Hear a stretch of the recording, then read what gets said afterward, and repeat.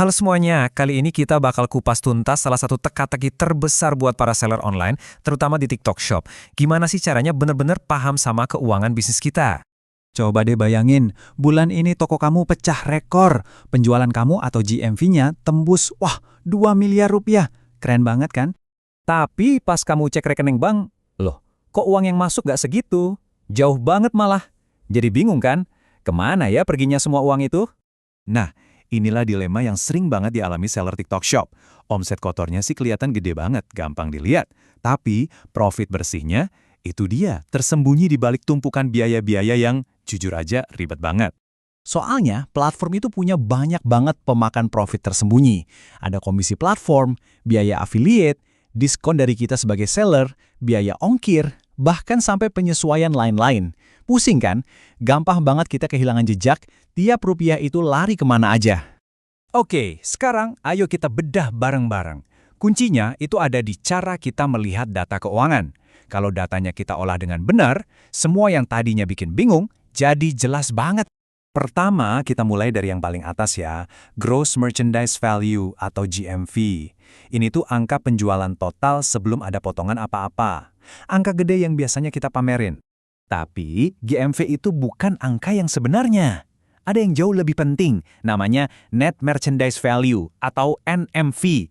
Nah, NMV ini adalah GMV yang udah dikurangi sama diskon yang kita kasih sebagai seller. Dan ini kuncinya, TikTok itu ngitung kebanyakan biayanya dari NMV, bukan GMV. Nah, grafik ini nunjukin ceritanya dengan gamblang banget. Dari total penjualan bersih kamu, katakanlah 1,1 miliar, ternyata 45%-nya itu langsung habis buat bayar modal barang atau HPP. Terus, 18% lagi diambil buat biaya-biaya TikTok. Sisanya, ya itulah margin bersih kamu, cuma sekitar 29%. Oke, sekarang kita masuk lebih dalam lagi, ke level produk. Kita mau cari tahu mana sih produk pahlawan kita dan mana yang diam-diam jadi penjahat. Karena percaya deh, produk yang paling laku belum tentu paling untungin. Ini nih kenyataan pahitnya. Produk yang laku keras banget, itu bisa aja malah bikin kamu rugi kalau marginnya salah. Yup, beberapa produk andalan kamu itu bisa jadi lagi diam-diam nguras isi rekeningmu. Contohnya kayak di tabel ini menarik banget, lihat deh, ada produk vitamin C. Walaupun diskonnya gede 46%, tapi karena HPP-nya bagus, margin akhirnya masih untung 23%. Sehat banget, sekarang bandingin sama produk bulu mata. Penjualannya tinggi banget, tapi margin akhirnya minus 5%. Boncos. Nah, ini dia momen ahanya. Kalau kita bisa nemuin produk-produk yang boncos ini, itu langkah pertama buat benerin profit bisnis kita secara keseluruhan. Ibaratnya, kita nemuin di mana letak bocornya ember kita, jadi kita bisa langsung tambal. Terus, gimana caranya biar produk baru kita nggak ngalamin nasib yang sama? Jawabannya, kita harus berhenti cuma ngeliatin data yang udah lewat. Sekarang, saatnya kita merencanakan ke depan secara strategis. Bayangin, kamu punya kalkulator harga yang canggih. Kamu bisa mainin semua tuas keuntungan ini. Mau naikin harga jual? Coba. Mau kasih diskon berapa persen? Bisa disimulasiin. Gimana kalau komisi affiliate-nya diganti? Semua bisa kamu atur dan lihat hasilnya sebelum produknya kamu rilis. Lihat deh simulasi ini. Gila banget bedanya. Produk yang sama, harga jualnya sama-sama 170.000.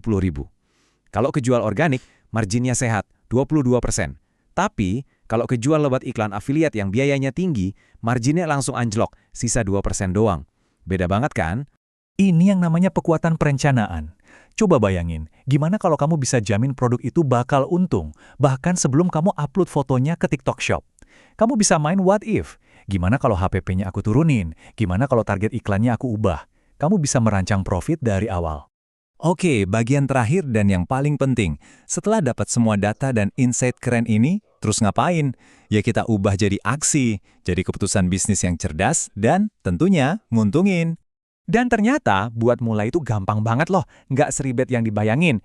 Intinya cuma ada 3 langkah simple buat dapat gambaran keuangan yang utuh ini. Jadi intinya itu adalah transformasi ini. Kamu berubah dari yang tadinya cuma ngejar omset gede tapi profitnya nggak jelas, jadi pebisnis yang membangun usahanya dengan cerdas, di mana setiap keputusan itu tujuannya buat memaksimalkan profit beneran yang masuk ke kantong. Ini bukan lagi soal hitung-hitungan akuntansi biasa ya, ini soal kontrol, punya kendali penuh atas bisnis kamu. Dengan begini, kamu bisa berhenti main tebak-tebakan dan mulai membangun bisnis di TikTok Shop yang beneran sehat dan profitable. Nah, sekarang pertanyaannya buat kamu. Setelah kamu bisa lihat dengan jelas kemana perginya setiap rupiah, langkah strategis apa yang bakal kamu ambil pertama kali?